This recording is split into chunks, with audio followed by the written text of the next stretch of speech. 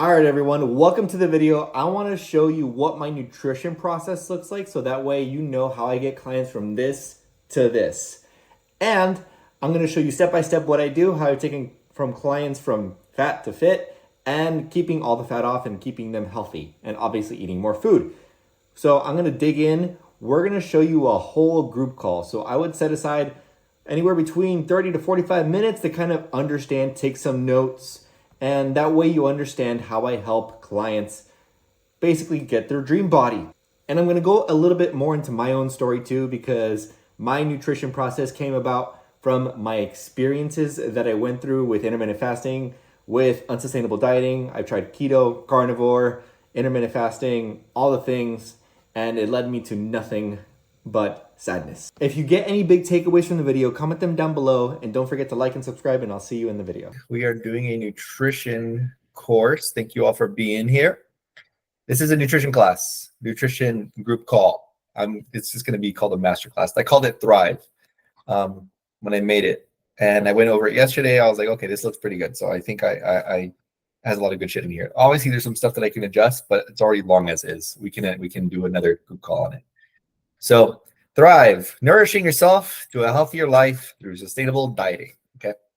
So this one is basically relationship with food, but there's going to be some science and holistics in here, right? That's how I preach things. So if you guys have never understood reverse dieting, that's what I'm going to teach you, because that's what I put a lot of people through to kind of help you build your metabolism, and I'll help you understand. So let's get into it. So here's my promise to you today. I can't promise that you will execute all this knowledge to 100% of your ability. I can't promise you will overcome limiting beliefs around your nutrition and food because your story and your history is unique. I can't promise you will be able to see progress tomorrow, next week, or next month. And I can't promise that you will do all the work necessary, because that is your responsibility alone. But I can promise that you will leave here with more knowledge than you came here with around nutrition. I can promise you will have new perspective around food and nutrition, and that you will have a step-by-step action plan to transform your physique and relationship with food. And I can promise you will get free resources and tools I created to help you stay on track, which most of you already have access to. So yeah, and if I create any new ones, I'll give them to you. So we're going to go into a little bit of my story, and you guys already know why you're here, but chances are that you're here because you've tried just about every diet under the sun. You see results for a few weeks, then quickly plateau or fall off. You have had or had a subtle diagnosed or undiagnosed eating disorder. You have experienced several cycles of restriction or binging or both, and you're just tired of it. So you're ready to make a change and apply the knowledge I'm going to share with you today. So the mistakes, so what we'll cover, this is basically agenda, mistakes I made and what to avoid when starting your diet, what reverse dieting is and why it works, how to sustainably lose fat and build muscle, what the hell, and how and when to make decisions for your diet, what biofeedback markers are and why they matter, and how I coach my clients using the LFT method with a case study. Okay. And how to train during this process. Okay. So stay until the end for a special surprise and some free resources. So most of you have the free resources, but yeah. So here's a couple of mistakes that I've made in the very first few years of my journey. So I was eating super clean, but I wasn't losing fat.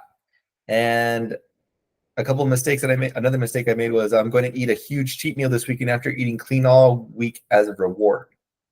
I'm going to do HIIT, which is high intensity interval training every day and burn as much fat as possible.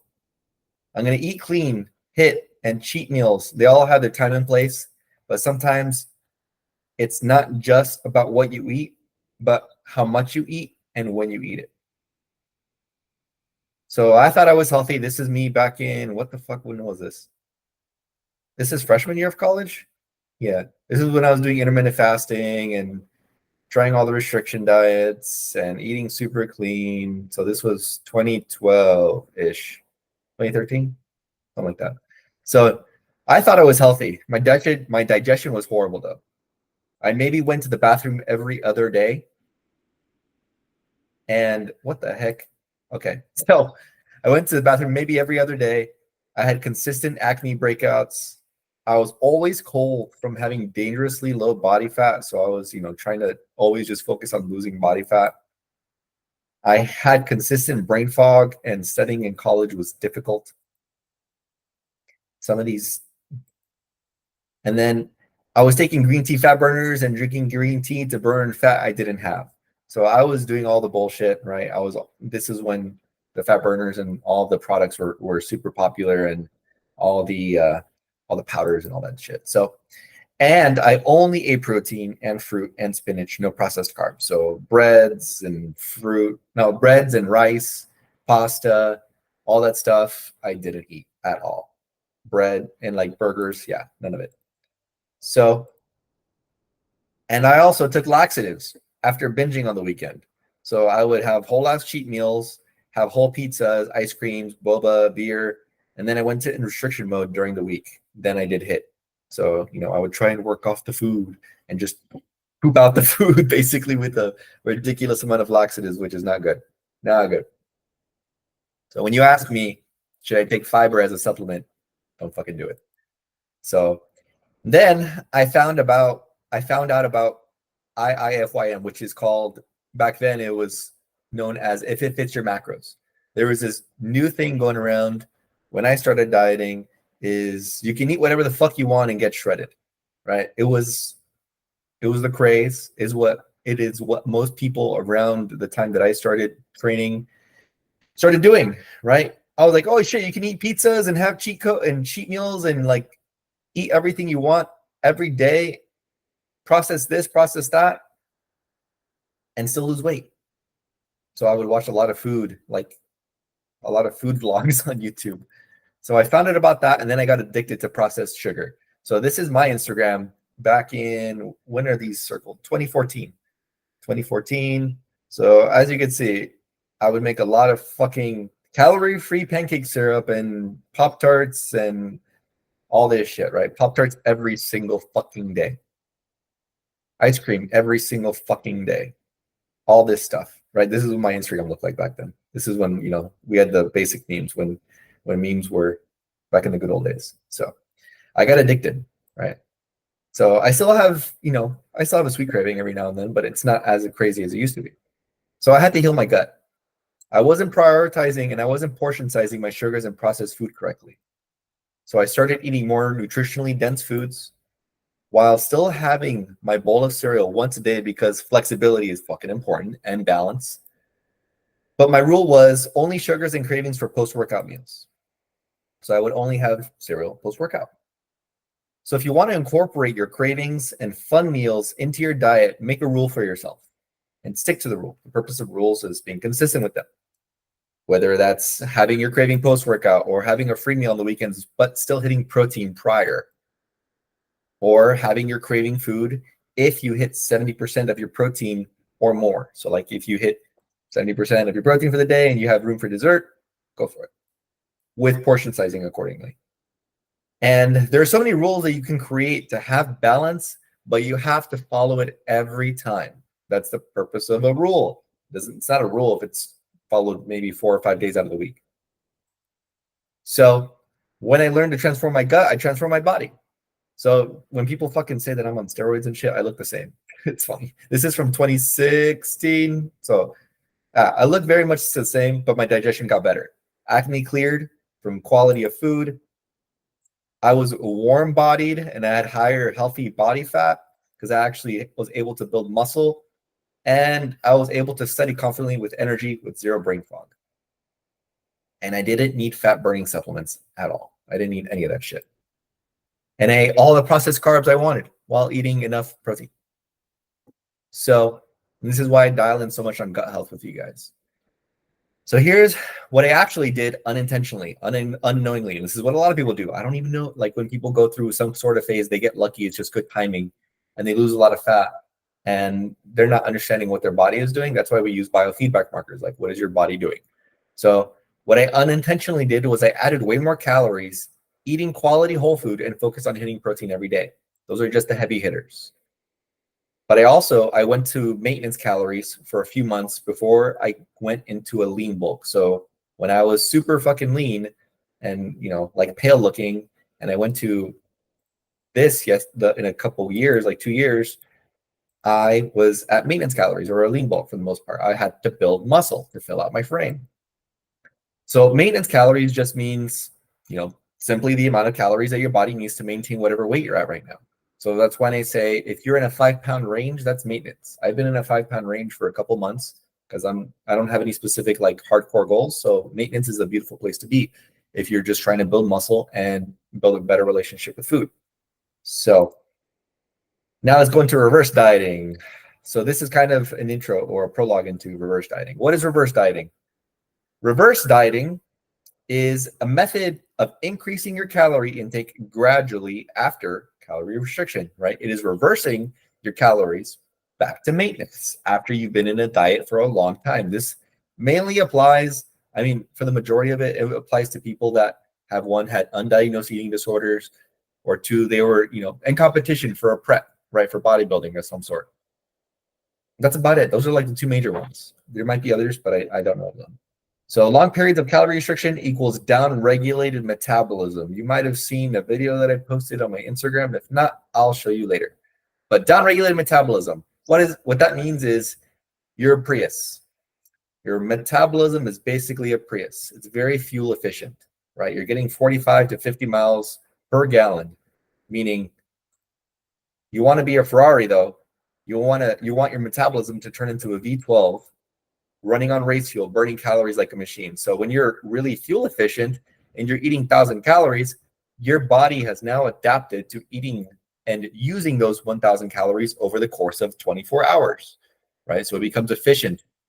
Instead, you want to be giving it more food, more reason to burn fuel, and burning race gas, basically, like using calories as fuel, using food as fuel, but good fuel, obviously, not just shit. So if you're eating 1,000 calories, but you're overweight, this is for you. And if you're eating under 1,000 calories, but you're skinny, this is also for you. So here's what reverse dieting does. Yo-yo dieting versus reverse dieting. On the left, we can see yo-yo dieting. This is what yo-yo dieting. You want to mainly look at the calorie intake and the metabolic rate, which is the dotted line and the blue line. You can see your calorie intake.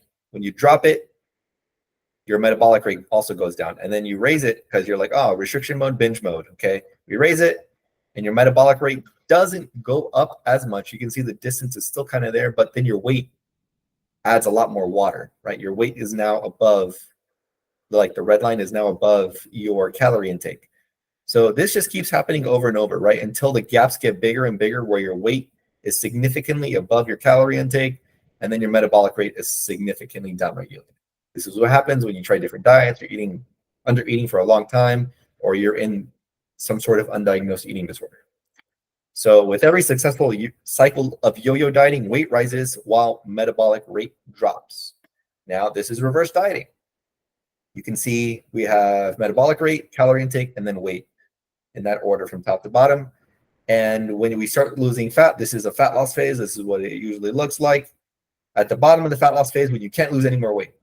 A lot of people like to stay in this plateau forever, right? They're like, I'm just going to keep dropping calories. No. So we start gradually increasing calories and allow the metabolic rate to catch up, right? This is why we use biofeedback markers to help us understand what your body is doing consistently if you're building muscle, losing fat.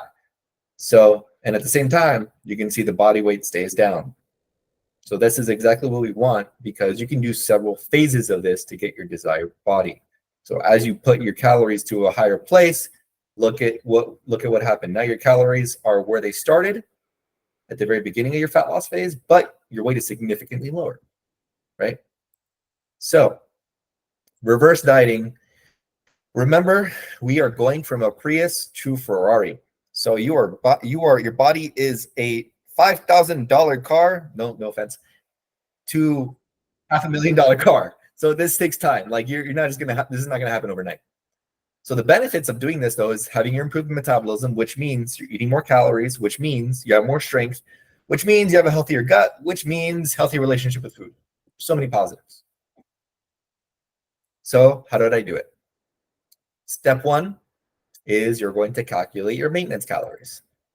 You can use an online calculator or consult a nutritionist to determine your maintenance calories. But you guys have the calculators that I give you, and they're basically estimates. The equations that are in that calculator on the spreadsheets is the Mifflin-St. Jean equation. This is probably one of the most accurate ones, as opposed to the ones where people on TikTok or Instagram tell you, like, just multiply your body weight by times 12 or times 10. That's easy, sure, but these are more accurate. And I like accuracy. So you might have heard of TDEE. If I say TDEE, it sounds weird. So this stands for total daily energy expenditure. And TDEE is not the same as BMR, which is your basal metabolic rate, right? So your metabolism and your total daily energy expenditure are not the same. So I'll go into this little equation so you understand. So if we notice here, this equation says TDEE is your metabolism, which is BMR, plus NEAT, plus TEF, plus EAT. What the fuck are those? Okay. So BMR, like we said, metabolic rate, which takes up 70% or 60% of your calories for the entire day, right? Your total energy expenditure. So that's a huge chunk. NEAT, which stands for non-exercise activity thermogenesis, meaning non-exercise activity. If I'm moving my hands and fidgeting and like walk into the bathroom, or I talk with my hands a lot, so when I do this, it burns calories. If I just get up from my chair and go to the couch, that burns calories. Non-exercise, unintentional exercise, that burns calories. So this takes up 15% of your total energy expenditure for the day, which is a good amount. Like if you're sitting on the couch, you're not burning a lot of fucking calories. But if you get up to go to the couch and you drink a lot of water, now you have more NEAT, right? Because you have to go to the bathroom very often. So this is why if you drink more water, you'll increase your NEAT. TEF is thermal effect of food, which means protein. Well, I'll explain this later, but protein is one of the highest thermally active macronutrients because it takes more calories from your body, right? Not from intake, but from your body, or energy. Let's just say calorie. Let's just say energy. It takes more energy for your body to break down protein compared to carbs and fats, meaning like it takes more calories for it to break it down, meaning it has to get it from somewhere, which is usually your fat storage. So that's why when people say eat more protein, that's not just to build muscle, it's so that you can build your metabolism, because now you are building, you're using really dense bricks to build your metabolism, if that makes sense. And EAT stands for exercise activity thermogenesis. This is actual exercise. So you notice how actual exercise is only a small portion of your total daily energy expenditure. But this still matters because, one, this helps you build more muscle and also helps you get more non-exercise activity thermogenesis, because you're going to be moving, not intentionally. So there's a lot of like domino effect from exercise activity, but this is solely just exercise activity, if that makes sense. Like just going to the gym for an hour is only 10% of your total daily energy expenditure. So that's the breakdown. Now, what about your macros? So I'm going to use myself as an example. So my maintenance is around 2430, which is just an estimation. That is not where my actual maintenance is, but I'll tell you why later. This is just according to the calculator. So we know, if you don't know, protein has 4 calories per gram. So for every gram, hold on, let me go back, Jesus. For every gram of, for example, chicken, that's 4 calories. If you get 10 grams of chicken, that's 40 calories. If you get 1,000 grams of chicken, that's 400 calories. So now we want to know where your protein wants to be at. So this is a screenshot of the calculator. So very easy. You guys see that there's, in the protein section, there's a higher body fat and lower body fat. And I put this there for you specifically, so that way you can follow it. Higher body fat, you want to be around 0.7 grams to 1 gram per pound of body weight for your protein. So the higher you are for higher body fat, or close to your body weight, that's better. Or you can see here in the little screenshot, it says, or if you're like super high body fat, if we're in the 300s, 400s, 500s, whatever, you want to do, having 1 gram per pound of body weight is pretty unrealistic. So we want to do 1 gram per centimeter of height, which is a pretty good estimate up until you start losing body weight and you can start to hit these zones. And then if you're lower body fat, you want to be 1 gram per pound of body weight to 1.2 grams per gram of body weight, or per pound of body weight. So for me, oh, fuck. And then we also know I put 1 here, so I'm 172-ish right now. I'm 175 now, but this is older. Did someone ask a question? Oh, Matt raised his hand. What's up, Matt? Yeah, I was gonna let you go on because you're about to kind of go further into it, but I was just gonna ask about like, because I believe currently I'm at like 20%, and I know my visceral fat has dropped significantly. When I think in the last like 2 months it went from being 12 and now I'm at 9 or 8. But yeah, I'm just like trying to think like because to get to like let's say like a 10% body fat, so cutting myself in half, I'd be upping my protein more. Not necessarily, because we would go basically through a reverse diet until the body fat starts to chisel down, and then you build more muscle. Because building more muscle, just like protein, muscle is very metabolically active, right? Yeah. That means that it takes more energy from your body to keep muscle alive just on a daily basis, like not doing anything. So in that case, that means your BMR, your metabolic rate goes up, because now your body has to keep up with that energy expenditure, right? Oh, okay, I see. You're burning race fuel like unintentionally by building muscle, if that makes sense. No, that makes sense. It makes me want to. I need to get that sleeping pad deal so I can get more BMR. Yeah, do that, measurements. Dude. Yeah, do that. Yeah, good question. Cool. So now for fats. So we're gonna go in order of calculating macros because protein's always the priority, and then fats are. Fats are the second priority. Why? Because fats are important for gut health, for your mental clarity, for hormone health, for a lot of different things, for nutrient absorption. So now fats, we also have this range. We say cutting is going to be around 0.28 to 0.32, and then maintenance is around 0.32 to 0.36. Bulking is 0.36 to 0.69.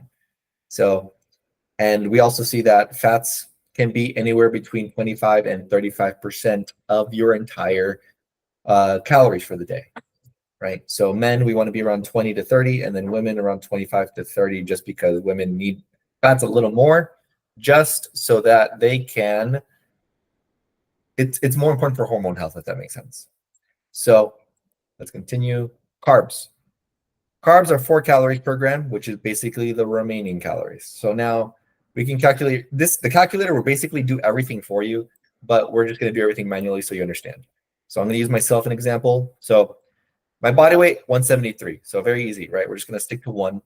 And we know 173, 4 calories per gram, that's 692 calories. So we multiply those. And then we have fats, which is 55 grams. I just chose 0.32. So I multiplied 0.32 times 173, and I got 55. So if we multiply 55 grams times 9, because 9 calories per gram, we get 495 calories. So far we have proteins and fats. If anyone isn't following along, let me know. Like, feel free to interrupt and let me know if tell me to repeat something. So then we go into carbs, which is very easy. We just take our maintenance calories, which is above here, 2430. These are just estimate. And then we have this equation, right? Maintenance calories is proteins plus fats plus carbs. We do some basic algebra and solve for carbs. So we take 2430 minus the proteins and the fats, and we get 1248, basically 1250 for the calories for carbs. All we have to do is divide by 4, because there's 4 calories per gram, and we get the amount of grams for carbs, which is 315-ish, 312. So now we have, so now we have 173 to 175 for protein, 55 for fat, and 315 for carbs, approximately. which is what the calculator gave me down here, right? 173, 312, and 55.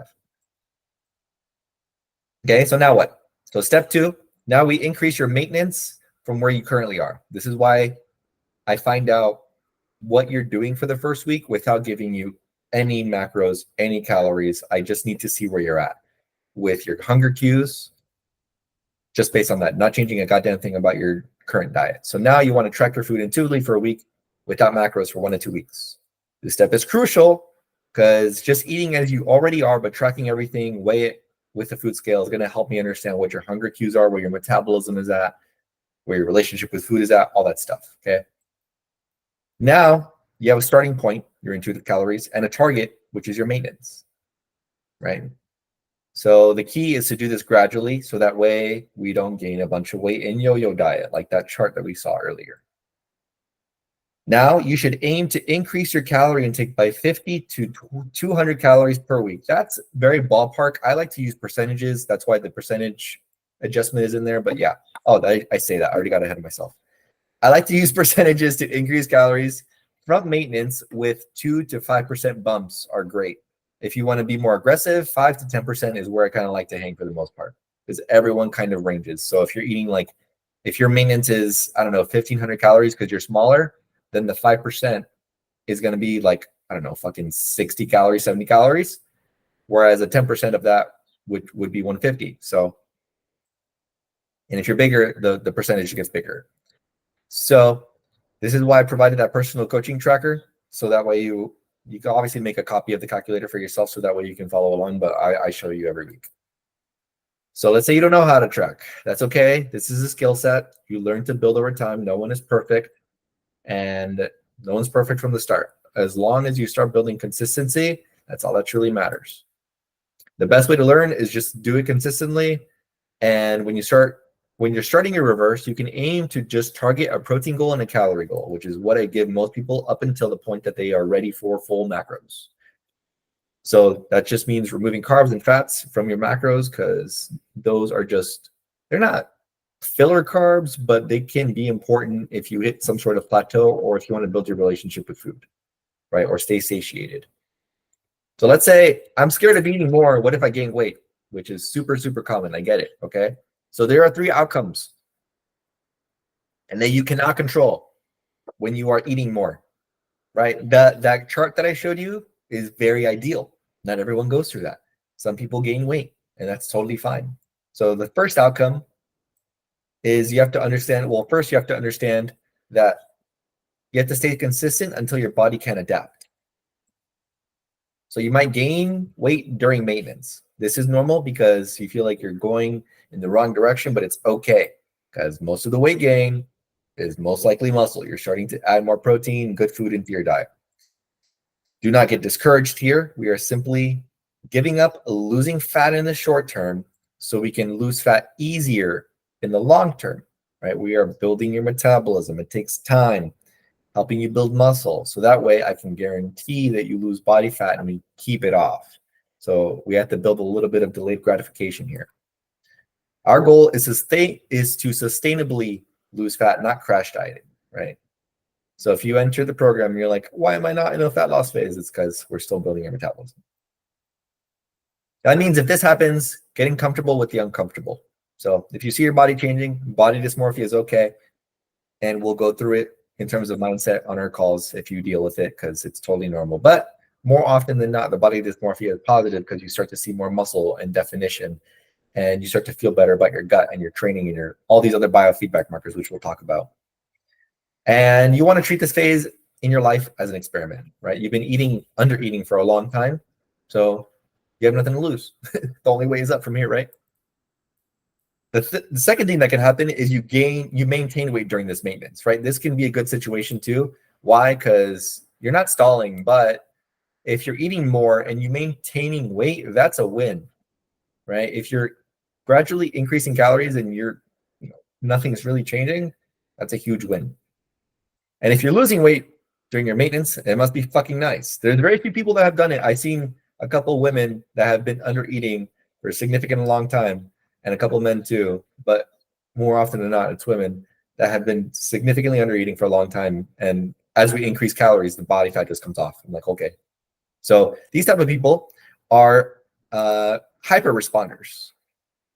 Very few of them, but most of them need it because they need their metabolism to come back to homeostasis and their hormones to come back to homeostasis. Once their hunger hormone, and their satiation hormone, are their leptin and their ghrelin hormone are in balance, your body will start to be able to respond better to food.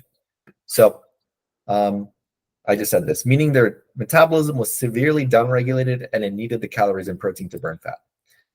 Or they might be highly active after increasing their calories or energy through NEAT. So like if they lose fat while we're increasing calories, a lot of people don't know this, but this is actually really important. Like increasing your NEAT, your non-exercise activity thermogenesis, while you're increasing calories can happen subconsciously, right?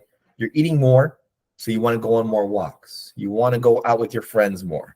You're able to walk around the office a lot more. You're feeling good in your skin, so you're able to like go, you're just doing more things. You're getting more activity in. And in that case, sometimes you can just lose weight just by doing more NEAT. So getting steps subconsciously is kind of a great thing. Let's say you're gaining weight and you hate this. So what a lot of people neglect is the more important changes. These are the biofeedback markers you should be aware of.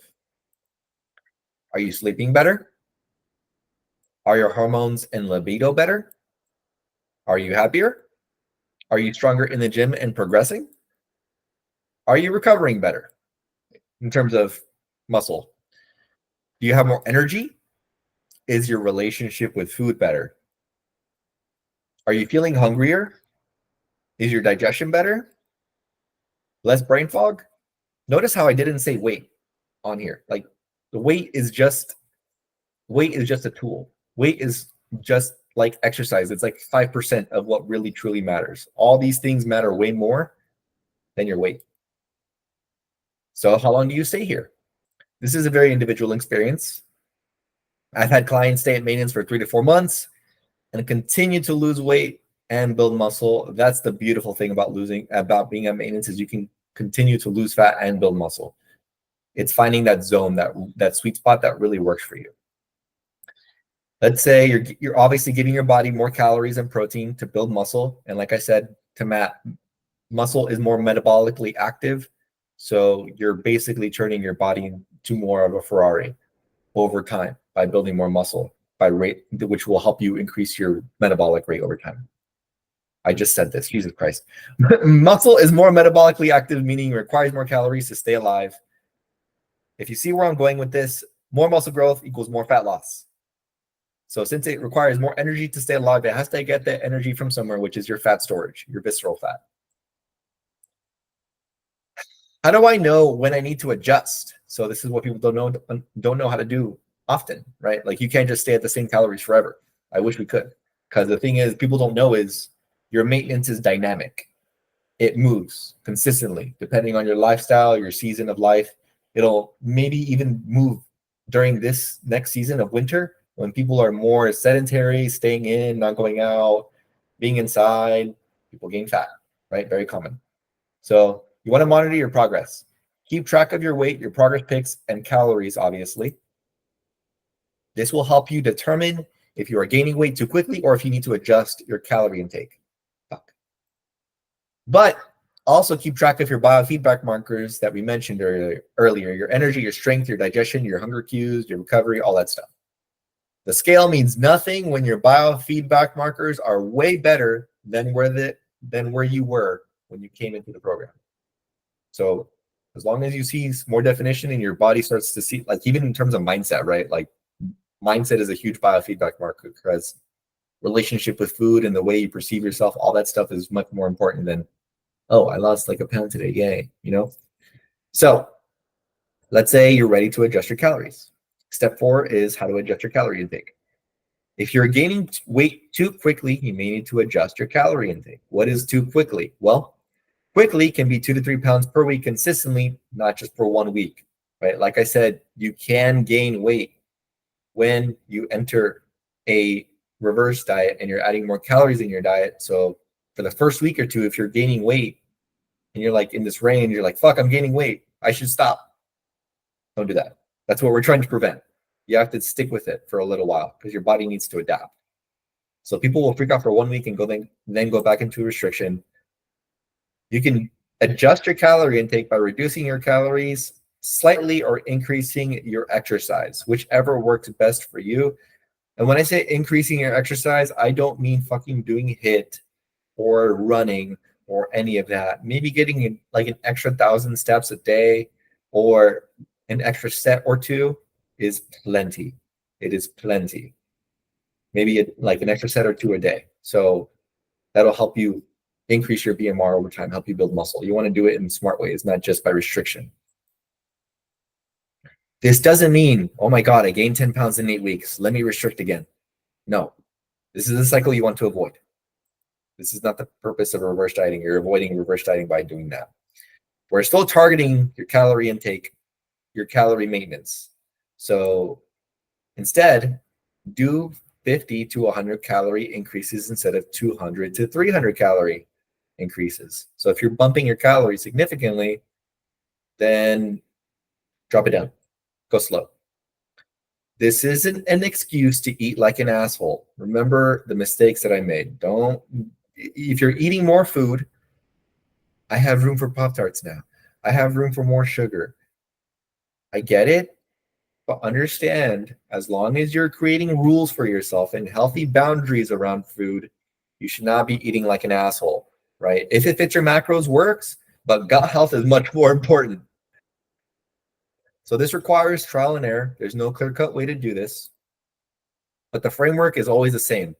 Work towards maintenance and hold that range for a while until you find where you're building muscle and losing fat and all the biofeedback markers are green flags.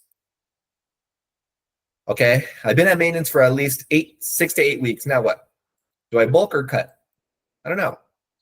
So you've been at maintenance for a couple of weeks or even months, and you're plateauing with strength, energy, muscle recovery, all that stuff, and even building muscle. This is why keeping track of your biofeedback markers is important. So you can make these decisions based on facts, not just a feeling. That's what people do is like, oh, I'm gaining too much fat. Oh, this and that. No. Oh, I'll cut when I'm at like 30% body fat or 20% body fat. No. I'm eating way too much. I want to cut. No. I like the way I used to feel. No. My body doesn't look like it used to. No. Instead, use the science and the holistics, right? So make an Excel sheet, a journal, or something to keep track of biofeedback markers. You guys can make it, if you want the biofeedback marker thing that I have after coaching, you guys can keep it. That's for you. I don't know how to decide. So if you don't know how to decide, here's a question framework that you can use. So this is a very simple yes or no framework. You want to assess your goals and body composition. Do you want to cut? Have you gained enough muscle so that it shows when you cut down, right? You need to have muscle to show when you cut. Otherwise, you're just going to keep cutting and you're going to look like a washboard like I did in the very beginning of my fitness journey, which is not fun. So do you feel hungrier with more calories? Is strength and recovery and body composition where you want it to be? If no, if none of these are true, if no, stay at maintenance or increase your calories. Body fat percentage, you can use your strength and your metabolism as a gauge. Your body fat percentage is not a great indicator because that always changes, right? So like Matt was asking, should I cut or should I eat more protein? I'm at 20%. So let's understand this. Think about this from the zoom out. Think about how long it takes to build muscle. I've been building muscle forever, right? Which is a never-ending pursuit. Like you always need to build muscle. You can never have enough. Obviously, we're not trying to fucking be bodybuilders. I've looked the same for most of my life, but that's totally fine because I have a healthy metabolism. Understand how long it takes to build muscle, like mature muscle that you're going to keep for most of your life and you won't lose when you go into a cut because you will lose muscle when you go into a cut. And understand how long it takes to lose fat, which is 12 to 20 weeks in a proper calorie deficit. the scale is much more weight on the building muscle side. People are so focused on like, how can I lose all this fat? Well, start building more muscle and you'll start losing fat easier instead of just trying to restrict your calories. So if all of these are a yes, though, if you have gained more muscle, you feel hungrier and your strength is going up. If yes, enter 8 to 16 week cutting phase, lower your calories slowly so it's not miserable. And if you want to do it faster, you can. Matt, what's up? Yeah, no, I totally agree with what you're saying because like the one thing that I like since I got that scale that gives you a further breakdown is like, okay, I recognize like I have 145 pounds of lean muscle and been pretty consistent where I'm trying to not drop to like 175 too quickly because my body's just shreds off stuff like that fast. So, because I know I've talked to you about like my goal is trying to get that lean muscle mass up to more equal. Yeah. Where like it, so if I weigh like 175, like that's where we get me down to. I'd like to get my lean muscle mass where it's like at least like 160 to 165. Yeah. And that, like you said, it's going to take a lot of time and effort to build that up. Yeah, exactly. And obviously keeping a lot of that muscle mass is what people struggle with when they go down into that pretty low zone, like pretty lean. Is like you can lose fat easy, but keeping the muscle in the process is what people struggle with because they like to do it fast, cut off the fat. There's ways to get around it, but you have to be in a controlled environment, and all these things have to be taken into account. So yeah, no, that's great to think about because yeah, I'm not too worried about like dropping for myself at least body percent fat. Like I've stated, my biggest thing is trying to get more muscle, and with the routine we got right now, I definitely have been putting on more muscle. it's good, dude. It's kind of crazy because like, yeah, I see where the consistency will really add it in. It may take like, because I saw, it's gonna take a couple months of like I think to get to like the true like 165 to like 175 range of building muscle, that'll take like at least like a good year and a half to 2 years of like consistency. Yeah.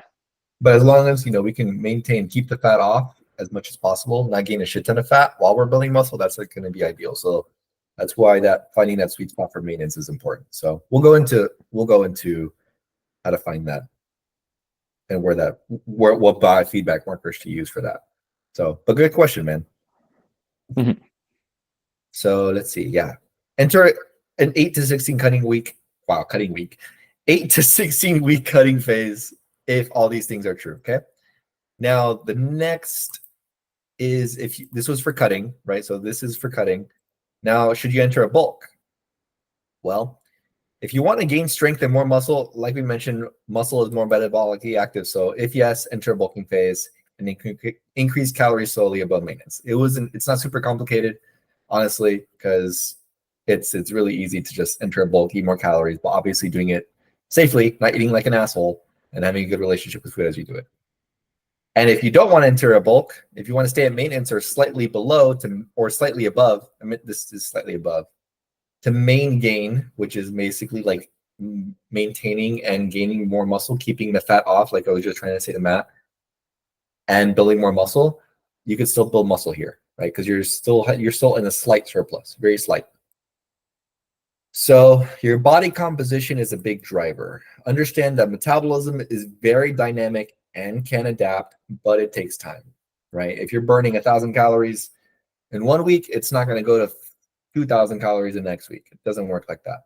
So if you plateaued for weeks in all the categories, meaning strength, composition, body composition, energy, sleep, hunger, plateaued meaning like you're not going anywhere with all these things, then it's a good time to switch phases as well, right? So it might be a good time to enter a cut for a little bit to resensitize your body. If you've been at maintenance or main gain phase too long, or if you've been in a bulk for too long and all these things are going down, dropping your calories might be a good driver to help with that and resensitize your body again.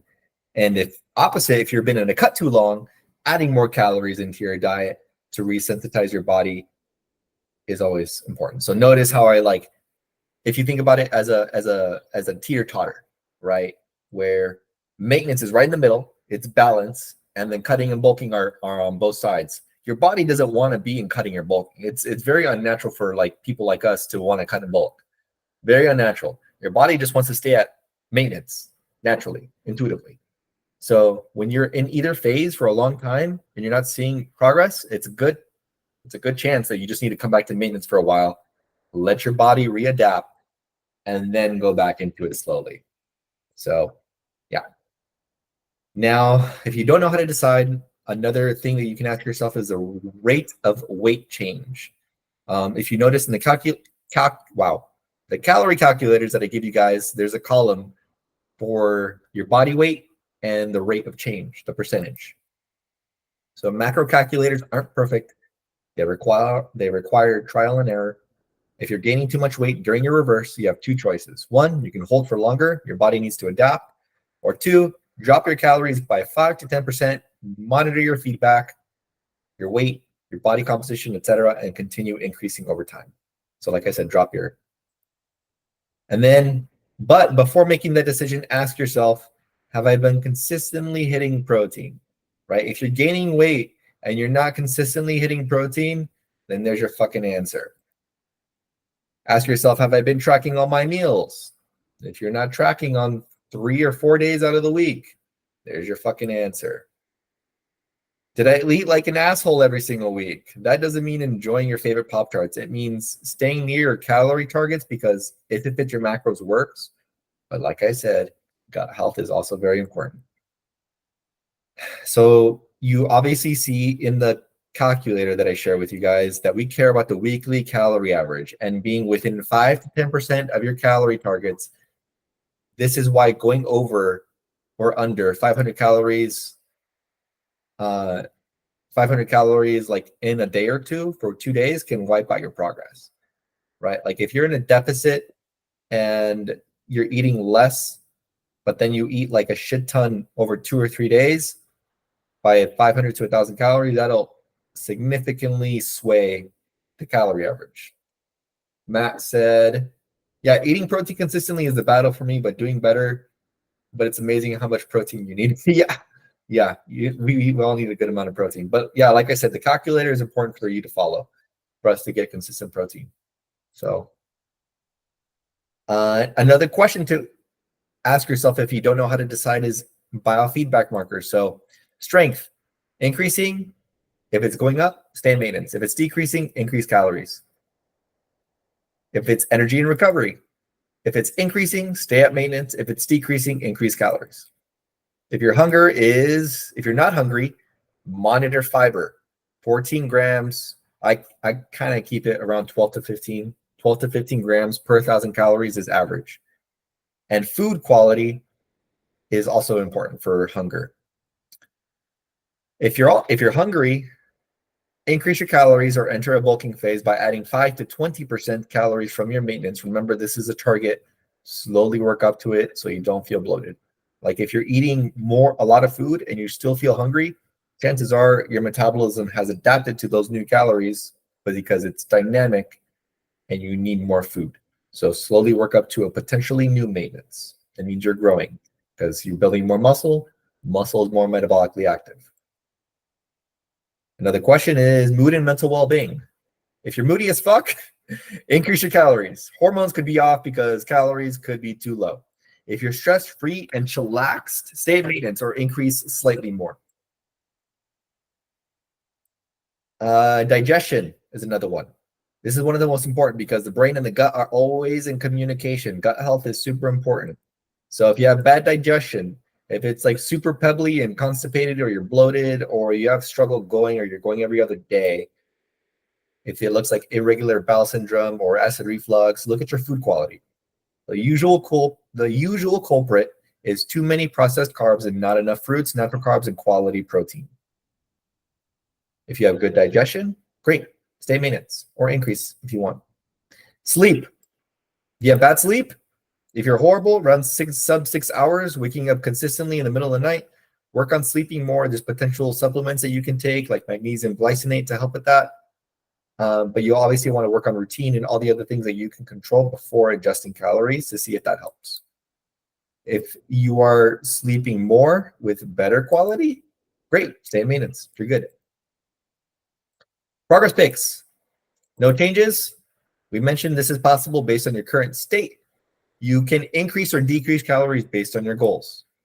If there's some changes or a huge physical difference, then stay in maintenance until you plateau, or increase a little bit if you want to build more muscle. Another one is to consider your consistency. If you're only tracking 2 to 4 days out of the week, keep working that up to 5 to 7, because 3 to 4 days is 29% to 57% of the week. Just quick math, right? That sub 60% does not equal 100% of the results you want. So building a healthy relationship with food, if you've never tracked food, you have to build that consistency in the very beginning, obviously working up to it. Don't expect you to be perfect right off the get-go. But if you've never tracked food and working that up from 3 days to 4 days to 5 days, make it a challenge for yourself so that way you can build a relationship with food and build that consistency, like I said. If you're tracking 5 to 7 days, great. That's 71 to 100%. Let's fucking go. Good shit. Depending on your goal, adjust the number of days you track within that 5 to 7 range. So here's a quick case study. Wow, we're almost at fucking an hour. Hold on. All right, I'm gonna do this quick.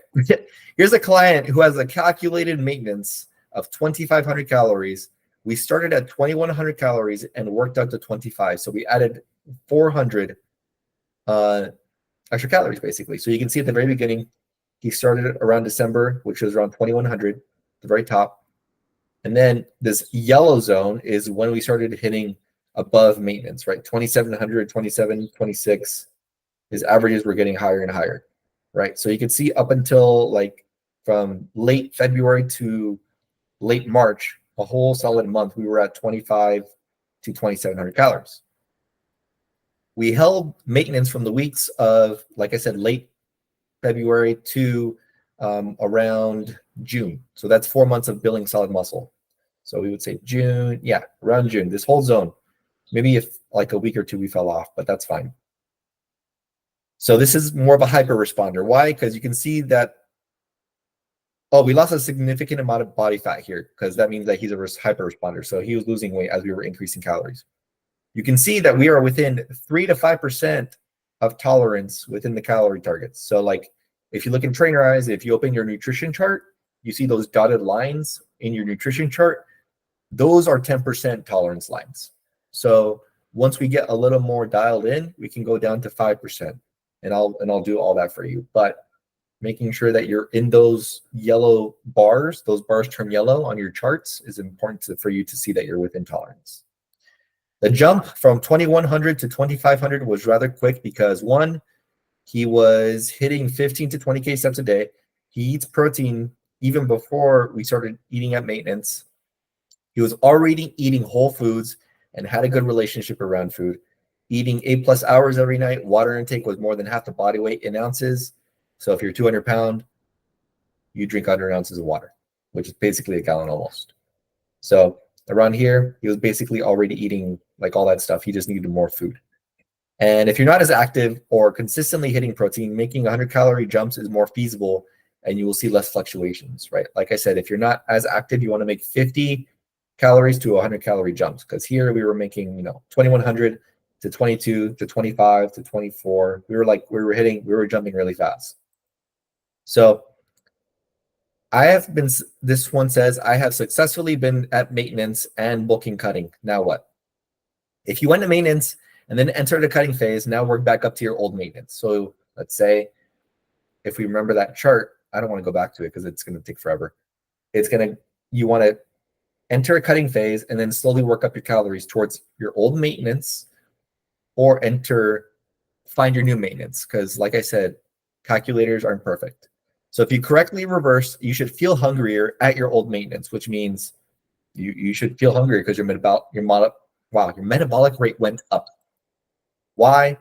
Your maintenance is dynamic, meaning since we're burning more calories from building more muscle, your maintenance is now higher than your old one. So that's theory, right? It's not always perfect, but it's theory. Your goal is to find your new maintenance by slowly increasing your calories again, since you've been in a cut for a long time. If you went to maintenance and entered a bulking phase, your best bet is, if you don't have any huge deadlines, photo shoots, vacations, shows, competitions, then stay at maintenance or stay bulking. Because like I said, bulking and adding muscle to your frame is a lifelong endeavor. So like I said, literally never stops. Building muscle takes hard work, but it's so rewarding because you will fill out your frame once you build solid muscle. This is why pro bodybuilders take 6 to 9 months in a huge bulking phase and only 3 to 4 months in a cutting phase. So it's not always about cutting. It's easy to lose fat if you build a good relationship with food and follow the framework we outlined.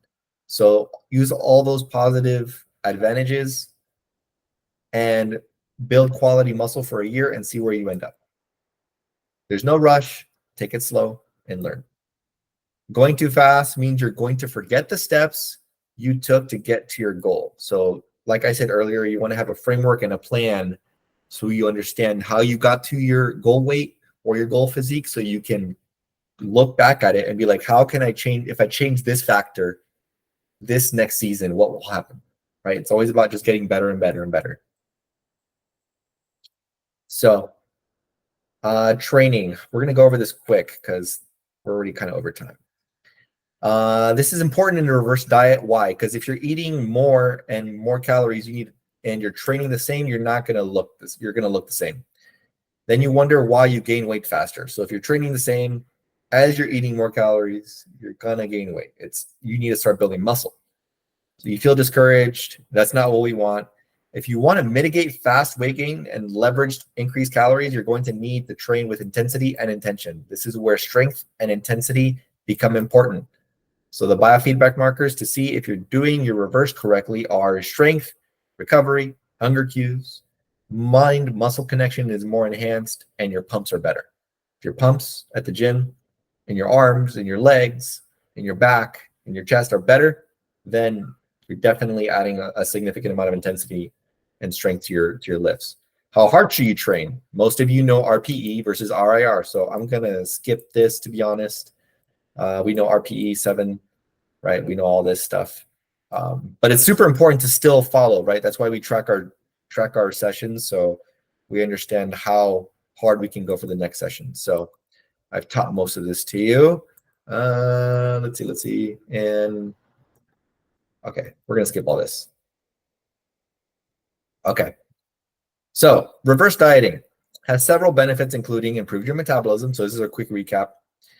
Maintaining or increasing your muscle mass, preventing weight gain, reducing the risk of binge eating because you're eating more so you're not restricting, healthier relationship with food, muscle gain and fat loss simultaneously, which is fucking awesome. You might be a Prius and that's okay, but you'll be a Ferrari soon. Biofeedback markers are way more important than the scale. Nutrient-dense foods are important, but still balance your favorite snacks, meals, and your free meals to stay consistent. And the 3 outcomes you must accept. You gain weight, maintain weight, or lose weight. And if you're new to tracking, start with calories and protein goals and train hard as fuck with scheduled RPE 9 to 10 weeks.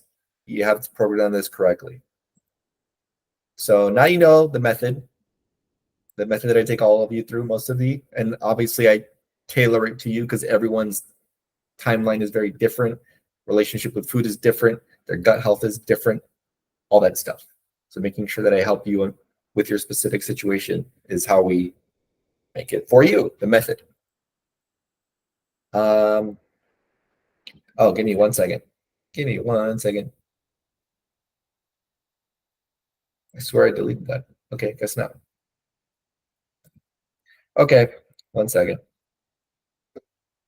We're going to, okay. So this is the case study that I was trying to tell you guys about, or I should have put it at the very beginning. But the method, the reason they call it the LFG method, I probably never told you guys. The L stands for Launchpad, which is building your solid foundation. F is for Forge Strength, because obviously we want to focus on strength and performance. And the G is for Gladiator Performance. So strength and performance. So I want to make sure that you have all of this in the method. So like I said, we started from here. This was George, the one that we went from 2100 to 2500. And you can see like in a week or two, we lost a good amount of fat and inflammation. And then we go here and you just kept losing fat, losing fat, losing fat. This is increasing calories. You can see the dates in losing fat, losing fat, losing fat. And we went into a small bulking phase right now. He's not as active in the chat because he works a lot, but yeah. And this is other clients that you guys might have seen. And this is, oh man, one sec. I have all of you in here. There we go. You can see it there. I made this a long time ago. If you see yourself here, say me in the chat or something, but I made all of this for you guys, at least the ones who have been in the program for a while and have been seeing some good amount of progress. So I made this when I was on travel and I was like, all right, I got time at the airport. So it was fun. And I'm still going to make it, obviously. These are dynamic, so I'm going to adjust as we start to see more progress from everyone. So yeah, that's basically everything, guys. And then a thank you screen. So fun. How was it? That was long. I'm so sorry. We're 5 minutes over. Well, we actually started at 11:06, but yeah, we're exactly an hour. Thank you for the claps, Dylan and Matt. Thank you, guys.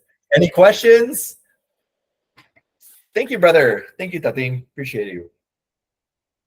Any takeaways? Any questions? Anything you want me to go deeper into really quick before we go? I know I talked for a long time. This is a very long presentation. Lots of food for thought. Yeah.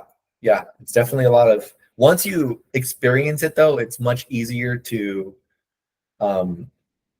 It's much easier to understand and actually build a relationship with food and like feel less afraid to increase your calories in certain areas. So doing it slowly is going to be the way for most people. But yeah. Any questions? It's beautiful learning how dynamic and adaptable our bodies are given a nurturing environment. Yeah, dude. Yeah, exactly. Once you give your body, like, if you think your body has soil and you're actually feeding that soil with proper nutrients and watering it and giving it everything it needs, it's going to grow to a beautiful fucking apple tree. And if not, it's going to shrivel up and it's going to grow weeds and it's going to be very sad. So don't deplete, give more. But yeah, any questions? This was a little bit more science-based. I feel like I've been doing a lot of mindset calls recently, and I know we have our call with Ash on the third Monday. So we are she's going to talk about something a lot more mindset related. So I just want to get off mindset for a little bit because she's going to go into something deep that a lot of people have been struggling with that I think would help better. Athene, you have a question? Athene? Emmanuel. You guys don't have to raise your hand. You guys can come off mute. Oh. No, I do not. I'm sorry. You're good. I just wanted to see if I could get the PowerPoint later because that was a lot of information and that was really good information. Yeah, so. Let me see how I can share it. Or if you could email it later when you get a chance. It doesn't have to be right now. I mean, I recorded the call for a reason, so that's why I'm going to put it up. Oh, okay. Yeah. Okay, cool. Yeah, whenever I record we'll look for that later. Yeah, I'll put it up on the playlist on YouTube, and then you guys will have access to it. It's always in the Slack for the weekly group call recordings. And then I also wanted to comment on the fact that I've been gaining weight, and it kind of did mess with me in the beginning. Yeah. But now that I've been doing everything, obviously eating well, working out, I've noticed my body obviously getting more muscular, and I know that weight is muscle mass, which is awesome because then that also means my metabolism is increasing in rate, and it just goes to show that the whole thing about your weight, this, that, and the other, your weight is just a really horrible beauty industry tactic to get you to buy weight loss programs, when really what matters is how good you look. Exactly. And my waist is snatched, as the kids say, and I have more I have more muscle on my arms and legs, and it's really cool to see myself gain a lot of muscle mass, and that's where all the weight's coming from. And so Yeah, dude. yeah, Exactly. it's really cool. It's really enlightening and awesome Yeah. to see like the work I've been putting in. So Yeah, dude. don't focus on the scale. The scale is just a tool. It's just really telling you how heavy you are, nothing else. It doesn't tell you how good you look. Exactly. I tell everyone. Yeah. I'm glad. I saw your stories the other day flexing your tricep. I was like, all right, he's coming. I was like, I know. I was with my friend, and he was posting stuff on his Instagram, and I was like, you know what? You're right. I should be posting this. I've like worked my butt off for this to like be in the gym every single day, 5 days a week, 6 days a week, whatever. Yeah. And I'm like, yeah, I'm gonna show off because anybody else who wants to like, basically everybody sees like the gains, but nobody sees how hard and the commitment it takes and like the dedication and discipline it takes to like be committed to yourself and finally get the awesome results of having a good body. So, Exactly. but yeah, I'm proud. Love that mindset shift, dude. Good job. Love it. Thank Keep you. building Thank you. muscle. Yeah. We're in a good Oh place. yeah. You're making the shifts. Solid, guys. Good call. Anyone else? Any reflections? Any takeaways?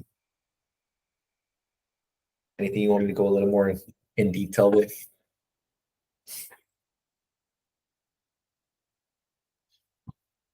Cool.